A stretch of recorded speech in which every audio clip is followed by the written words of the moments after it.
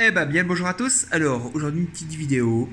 Alors oui en français parce que je sais qu'il y a beaucoup d'utilisateurs anglophones de la D9, mais bah my English is very bad. Donc en français, hein, voilà. Euh, donc bah, je vais vous présenter ma Wadao D9 qui après un an m'a causé beaucoup de problèmes. Et puis bah là, on a sorti les grands moyens. Voilà, j'ai sorti les grands moyens et maintenant j'ai une imprimante qui tourne du tonnerre. Je vais vous expliquer un peu ce que j'ai fait. Donc bah il y a toutes les modifications, il y a pas mal de choses, hein.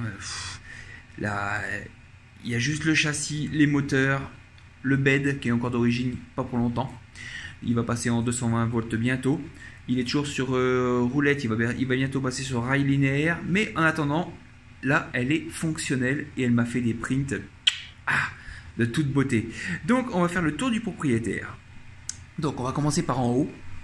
Donc, en haut, bah, le spool holder. Je l'ai passé en Bowden avec un extrudeur BMG, donc un clone du Bondtech, celui-là acheté chez Triangle Lab. Là, une petite box ici, en fait, c'est pour faire toutes les connectiques, parce qu'avant, il n'y avait pas de câblage. Donc là, j'ai fait toutes les connectiques avec le câble qui passe ici sur le côté. Voilà, de façon à aller jusqu'à la carte mère. Qu'est-ce que j'ai fait d'autre? Donc bah, le système d'éclairage, hein, que l'on peut voir ici, éclairage LED des deux côtés, dans les renforts. Vu que j'ai monté un Petsfang dessus avec 2,55 qui va bientôt changer aussi, hein, mais voilà, il a fallu que j'écarte un peu les supports. Donc je me suis modélisé des écarteurs, hein, 40 mm, et au moins je peux monter jusqu'en haut de l'imprimante, même avec mon support. Qu'est-ce que j'ai fait ensuite? Si on descend, on descend. Donc là, je suis passé, j'ai retiré tout l'extrudeur direct drive de la D9 et je suis passé sur le Petsfang avec surtout le truc, c'est l'IO Evo. L'IO Evo de hotn.fr, voilà, qui est là en 24 volts, qui marche nickel. Pour le bed, je suis passé sur des entretoises. Voilà, vu que caché ici derrière, nous avons le touche-mi qui est ici, le petit touche-mi qui est là, donc bah, qui fait le nivellement bien mieux que le capteur d'origine à la Wanao, hein. Moi j'ai dit c'est du Wanao style. Voilà, donc le petit touche-mi avec son aimant là pour d'activation.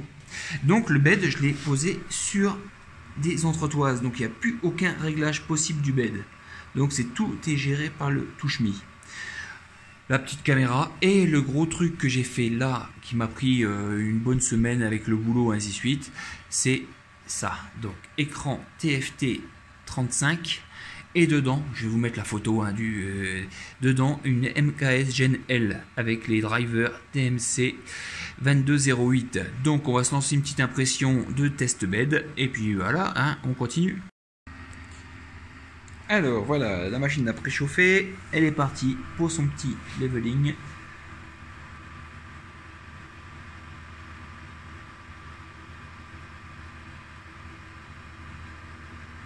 Alors, pendant qu'elle fait son leveling, bah, je vais vous expliquer un petit peu. Tout simplement pour la MKS, donc j'ai dû retirer la carte mère d'origine de la Wanao. Voilà, parce qu'on ne pourrait rien faire dessus avec leur firmware de merde et ainsi de suite. Voilà, il faut dire ce qui est. J'ai modélisé un support afin de pouvoir adapter la MKS Gen L dans le boîtier. Donc là, la MKS est juste ici en dessous, hein. Un petit boîtier pour adapter l'écran dessus. Donc voilà, qui rentre dedans, les câbles passent dedans. Un MOSFET. Et la coup de chance que j'ai eu, comme vous voyez sur la photo, j'avais pas pensé au port USB de la carte mère. Et il tombe juste dans un trou pour que le câble vienne se mettre dedans. Donc pour moi c'est juste parfait, quoi. J'ai rien d'autre à faire, donc comme vous pouvez le voir sur les photos. Voilà, donc là un vrai palpage. Voilà. Moi j'ai mis en 3 positions, j'aurais pu mettre en 2. Mais c'est toujours mieux qu'un seul palpage comme c'était à l'origine. On va retirer ce petit bout de plastique qui traînouille là. Hop, on va choper la pince. Alors voilà. Elle a fini son leveling. Donc, et on peut entendre on n'entend pas du tout. Quand elle imprime, c'est même surprenant, c'est qu'on n'entend pas à tel point que on se demande si elle tourne. À part les ventilateurs qui font du bruit, qu'il faudra que je change. Mais voilà, moi j'aurais. Et c'est parti mon kiki. Donc pendant qu'elle fait ses petits carrés, je vais vous faire voir. Donc au niveau de la première couche, regardez-moi ça, un vrai miroir quoi. J'ai jamais eu ça sur la D9 quoi, avec bon il y a quelques films ça voilà, c'est des réglages de rétractation qu'il faut que je gère. Donc un petit poulpe, voilà ça c'est un petit clin d'œil pour mon ami Nico. J'avais commencé au départ par un petit cube de calibration. Voilà, qui était vraiment déjà pas mal. Hein. Ah, ça touche ma pince là-bas, j'ai un mauvais réglage. Ouais, effectivement. Bon, ça, il faudra que je revoie ça. Un petit benchy qui était pas mal non plus.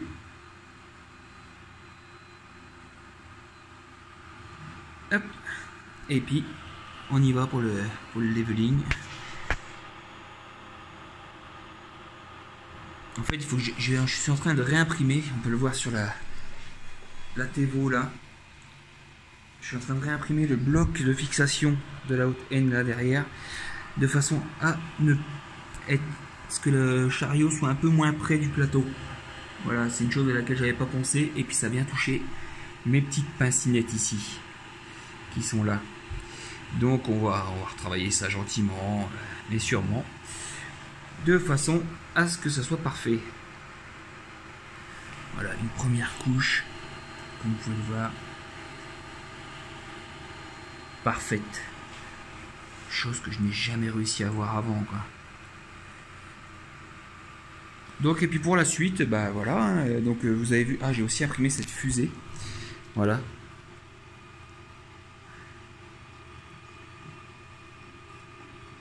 Donc il y a encore quelques réglages, hein. On voit qu'il y a un peu de ghosting dessus, mais déjà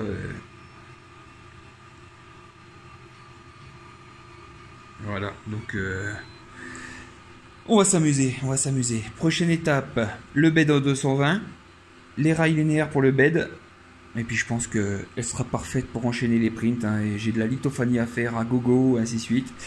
Donc voilà, allez, on se refait un petit plan d'ensemble.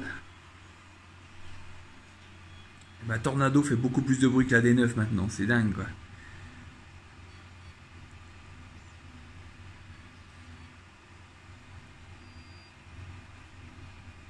Allez, comment il dit mon ami Jérôme là, c'est la Wanao D9 MK3 Yaya. Ouais, parce qu'ils ont sorti la MK1 qui était à chier, ils ont sorti le kit MK2 qui est pas top non plus.